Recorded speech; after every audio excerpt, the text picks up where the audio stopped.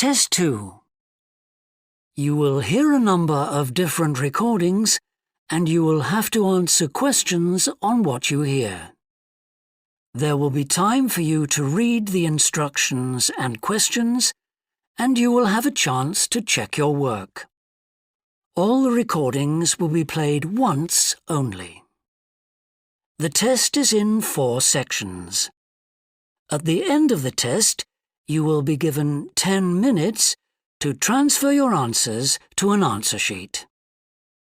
Now turn to Section 1. Section 1.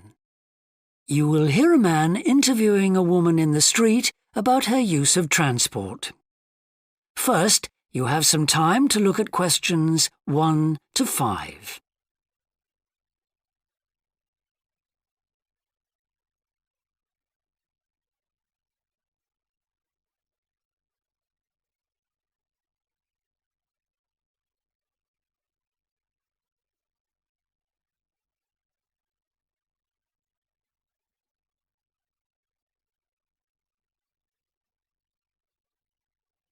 You will see that there is an example that has been done for you. On this occasion only, the conversation relating to this will be played first. Excuse me? Yes? I wonder if you could spare a few minutes to do a survey on transport. It won't take long. No, that's fine. Oh, lovely. The survey is on behalf of the local council. They'd like to know about what transport you use and any suggestions for improvement. Can I start by asking you how you travelled to town today? Sure, I came on the bus. The woman travelled to town by bus, so bus has been written in the space. Now we shall begin. You should answer the questions as you listen, because you will not hear the recording a second time. Listen carefully and answer questions 1 to 5. Excuse me? Yes? I wonder if you could spare a few minutes to do a survey on transport. It won't take long. No, that's fine. Oh, lovely. The survey is on behalf of the local council. They'd like to know about what transport you use and any suggestions for improvement. Can I start by asking you how you travelled to town today? Sure, I came on the bus. Great. Now, can I get a few details about yourself? OK. What's your name? It's Louisa. Yes. Hardy. Can you spell that, please? Yes, it's Hardie. Great, thanks. And can I have your address? It's 19 Whitestone Road. Oh, right, I know that area. It's Bradfield, isn't it? That's right. Is the postcode GT7? It's actually GT8 2LC. Great. And could I ask what your job is? Are you a student? I've actually just finished my training. I'm a hairdresser. Oh, right. And one more question in this section. What is the reason for you coming into town today? Actually, it's not for shopping today, which would be my normal reason, but to see the dentist. Right. Thanks. Before you hear the rest of the interview, you have some time to look at questions 6 to 10.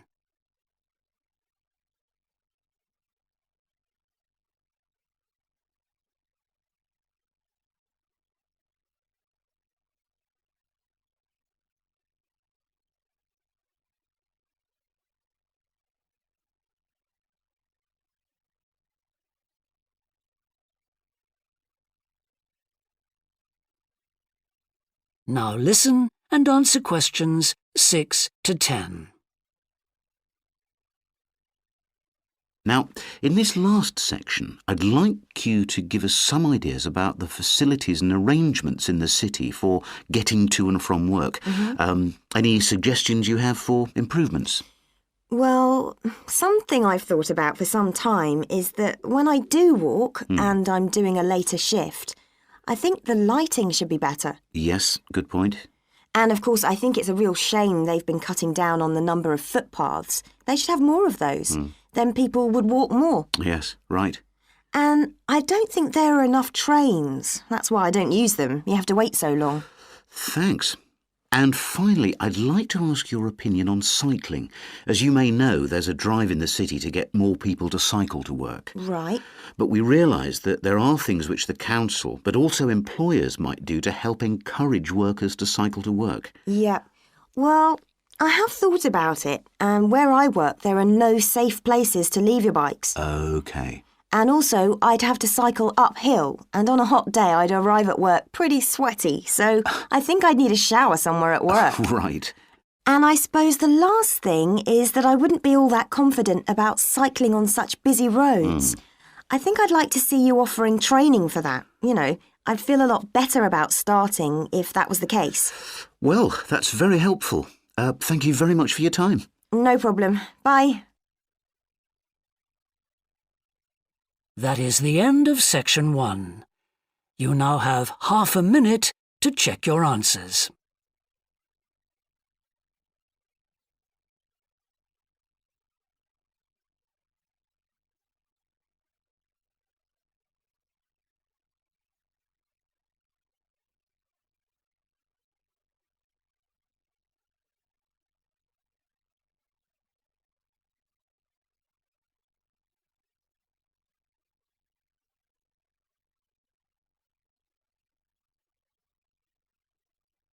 Now turn to section 2.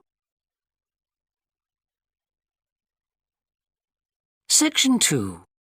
You will hear a representative of a city council giving information about 2 new facilities which are opening soon in the city. First, you have some time to look at questions 11 to 14.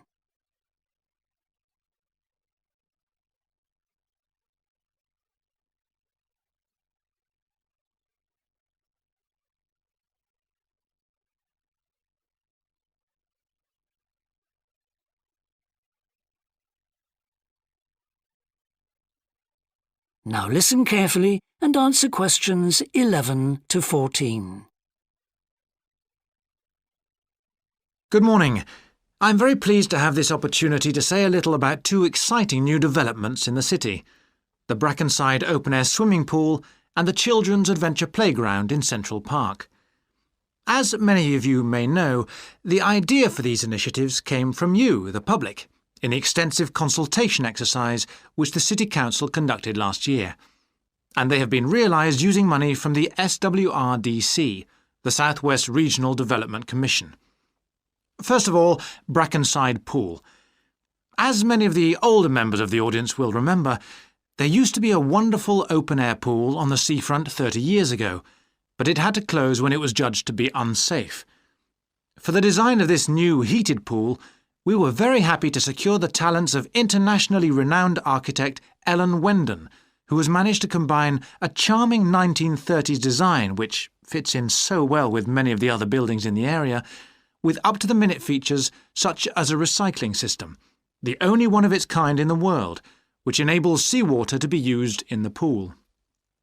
Now, there's been quite a bit of discussion in the local press about whether there would be enough room for the number of visitors we're hoping to attract, but the design is deceptive, and there have been rigorous checks about capacity. Also, just in case you were wondering, we're on schedule for a June the 15th opening date, and well within budget, a testimony to the excellent work of local contractors Hickman's. We hope that as many people as possible will be there on June the 15th. We have engaged award-winning actress Coral White to declare the pool open, and there'll be drinks and snacks available at the poolside. There'll also be a competition for the public to decide on the sculpture we plan to have at the entrance. You will decide which famous historical figure from the city we should have. Before you hear the rest of the talk, you have some time to look at questions 15 to 20.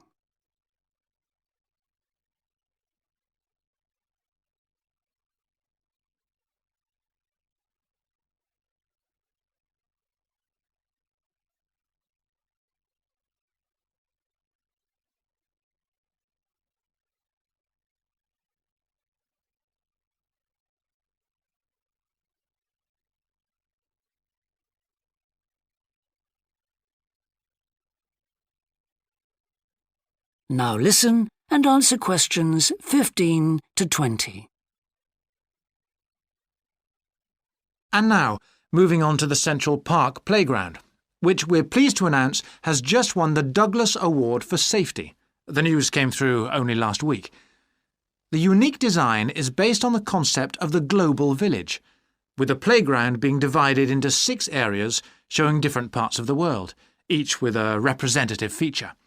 For example, there is a section on Asia, and this is represented by rides and equipment in the shape of snakes, orangutans, tigers and so on, fauna native to the forests of the region. Moving south to the Antarctic, we couldn't run to an ice rink, I'm afraid, but opted instead for climbing blocks in the shape of mountains. I thought they could have had slides for the glaciers, but the designers did want to avoid being too literal. Then on to South America, and here the theme is El Dorado, games replicating the search for mines full of precious stones. And then, moving up to North America, here there was considerable debate. I know the contribution of cinema and jazz was considered, but the designers finally opted for rockets and the International Space Station. Eastwards to Europe then, and perhaps the most traditional choice of all the areas, medieval castles and other fortifications. Then last but not least, moving south to Africa, and a whole set of wonderful mosaics and trails to represent the great rivers of this fascinating and varied continent. Now, the opening date for our global playground is the 10th of July, and again, we'd love to see you there. So, make a date and come and see this magnificent, original new amenity right in the heart of the city. That is the end of Section 2. You now have half a minute to check your answers.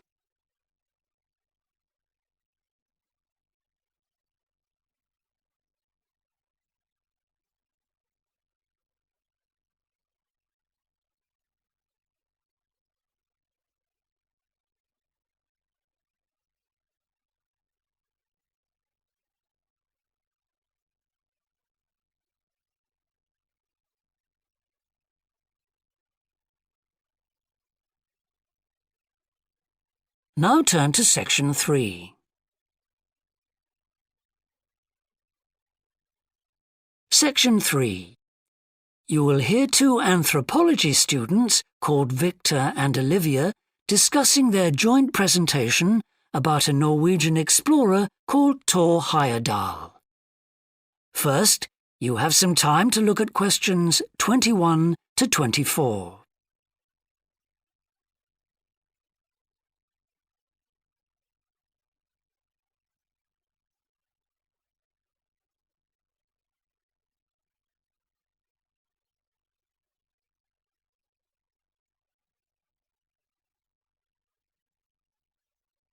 Now listen carefully and answer questions 21 to 24.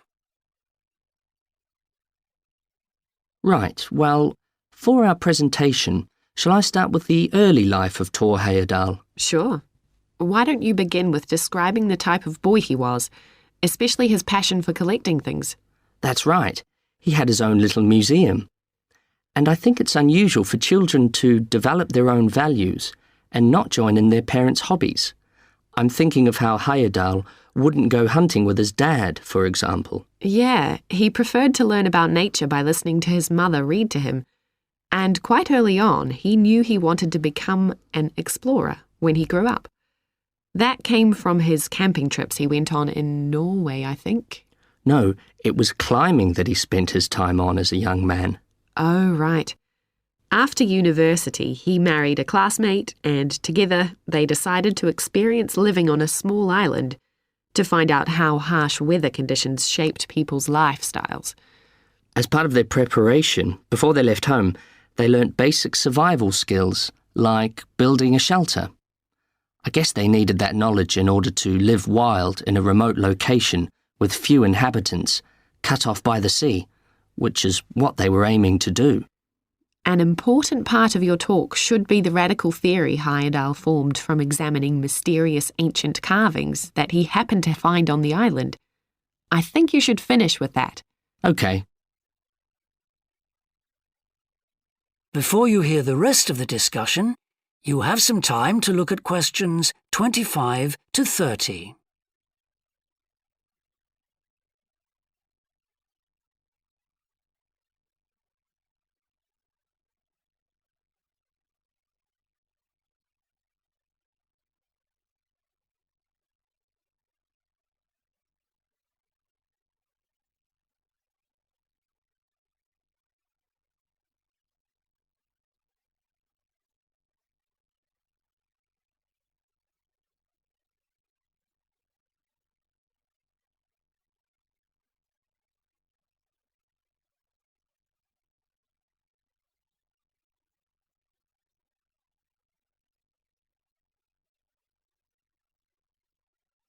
Now listen and answer questions 25 to 30.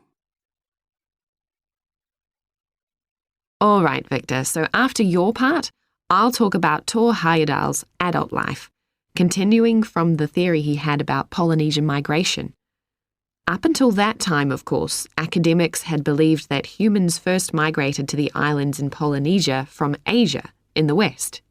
Yes, they thought that travel from the east was impossible because of the huge empty stretch of ocean that lies between the islands and the nearest inhabited land. Yes, but Heyerdahl spent ages studying the cloud movements, ocean currents, and wind patterns to find if it was actually possible. And another argument was that there was no tradition of large shipbuilding in the communities lying to the east of Polynesia. But Heyerdahl knew they made lots of coastal voyages in locally built canoes. Yes, or sailing on rafts, as was shown by the long voyage that Heyerdahl did next. It was an incredibly risky journey to undertake. Sometimes I wonder if he did that trip for private reasons, you know, to show others that he could have spectacular adventures. What do you think, Olivia? Well, I think it was more a matter of simply trying out his idea, to see if migration from the east was possible. Yes, that's probably it. And the poor guy suffered a bit at that time because the war forced him to stop his work for some years. Yes. When he got started again and planned his epic voyage, do you think it was important to him that he achieve it before anyone else did? I haven't read anywhere that that was his motivation. The most important factor seems to have been that he used only ancient techniques and local materials to build his raft. Yes. I wonder how fast it went. Well, it took them 97 days from South America to the Pacific Islands. And after that, Heyerdahl went to Easter Island, didn't he? We should mention the purpose of that trip. I think he sailed there in a boat made out of reeds. No, that was later on in Egypt, Olivia. Oh, yes, that's right. But what he wanted to do was talk to the local people about their old stone carvings and then make one himself to learn more about the process. I see. Well, what a great life. Even though many of his theories have been disproven, he certainly left a lasting impression on many disciplines, didn't he? To my mind, he was the first person to establish what modern academics call practical archaeology. I mean that they try to recreate something from the past today, like he did with his raft trip. It's unfortunate that his ideas about where Polynesians originated from have been completely discredited. Yes. Right, well, I'll prepare a PowerPoint slide at the end that acknowledges our sources. I mainly used The Life and Work of Thor Heyerdahl by William Oliver. I thought the research methods he used were very sound, although I must say I found the overall tone somewhat old-fashioned. I think they need to do a new, revised edition. Yeah, I agree. What about the subject matter? I found it really challenging. Well, it's a complex issue. I thought the book had lots of good points. What did you think of the illustration? That is the end of section 3. You now have half a minute to check your answers.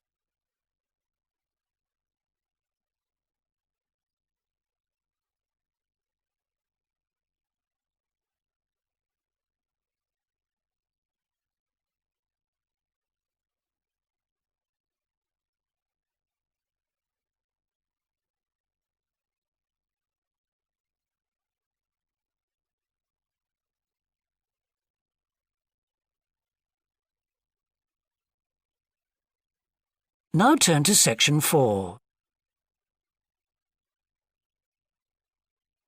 Section 4.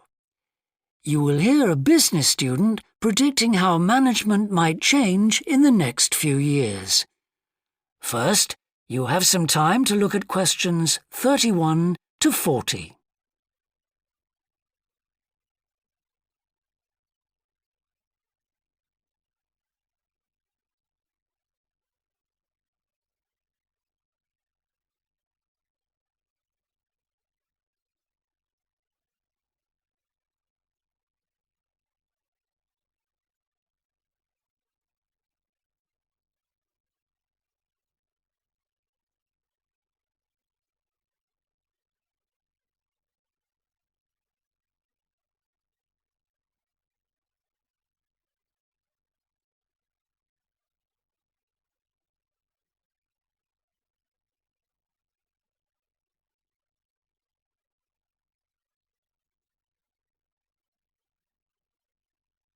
Now listen carefully and answer questions 31 to 40.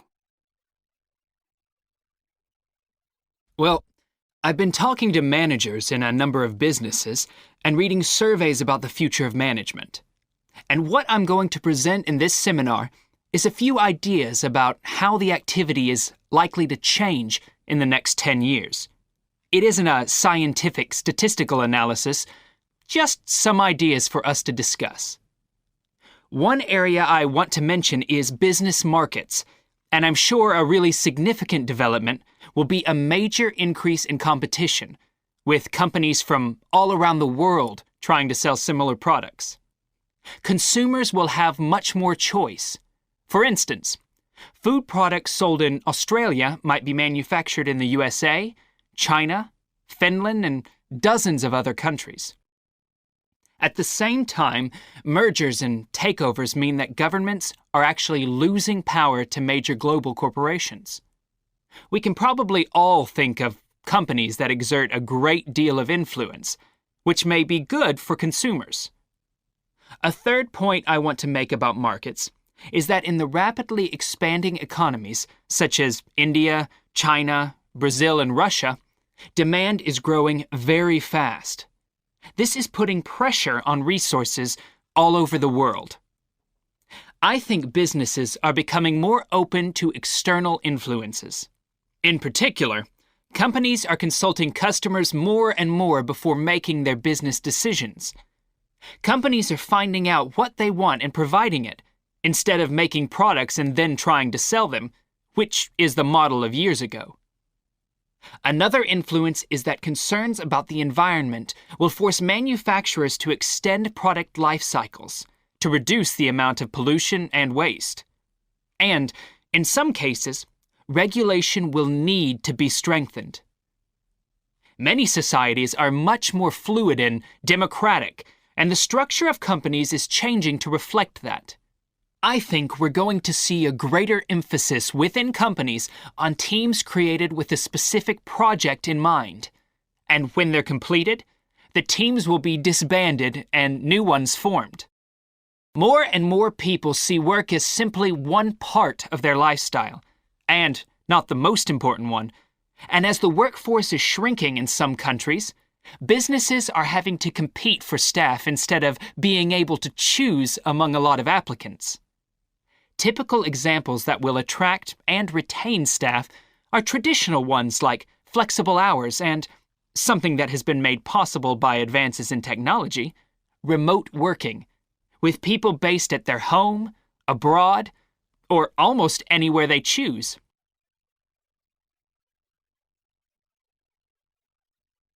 Management styles will almost certainly continue to change. Senior managers will require a lot more than the efficiency that they've always needed. Above all, they'll need great skills in leadership so that their organization can initiate and respond to change in a fast-moving world where they face lots of competing requirements and potential conflicts. In most of the world, the senior managers of large businesses are mainly men in their 50s and 60s. The predominant style of management will almost certainly become more consultative and collaborative, caused, Above all, by more women moving into senior management positions. Many of the changes are influenced by developments in the wider economy. The traditional emphasis of business was manufacturing, and of course the service sector is very important. But we shouldn't overlook the growing financial contribution of IP, that is, intellectual property. Some books and films generate enormous sums from the sale of related DVDs, music, games, clothes, and so on. Another point I'd like to make is that although I've been talking about companies, one trend that they have to face is the move away from people working for the same employer for years. Instead, more and more people are becoming self-employed to gain the freedom and control over their lives that they're unlikely to get from being employed. Okay, well, that's all I want to say, so let's open it up for discussion. That is the end of section 4. You now have half a minute to check your answers.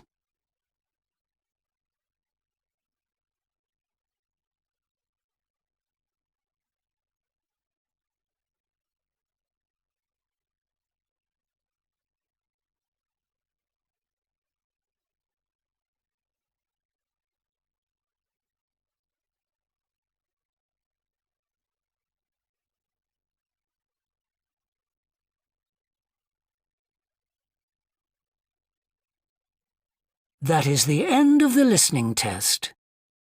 In the IELTS test, you would now have 10 minutes to transfer your answers to the answer sheet.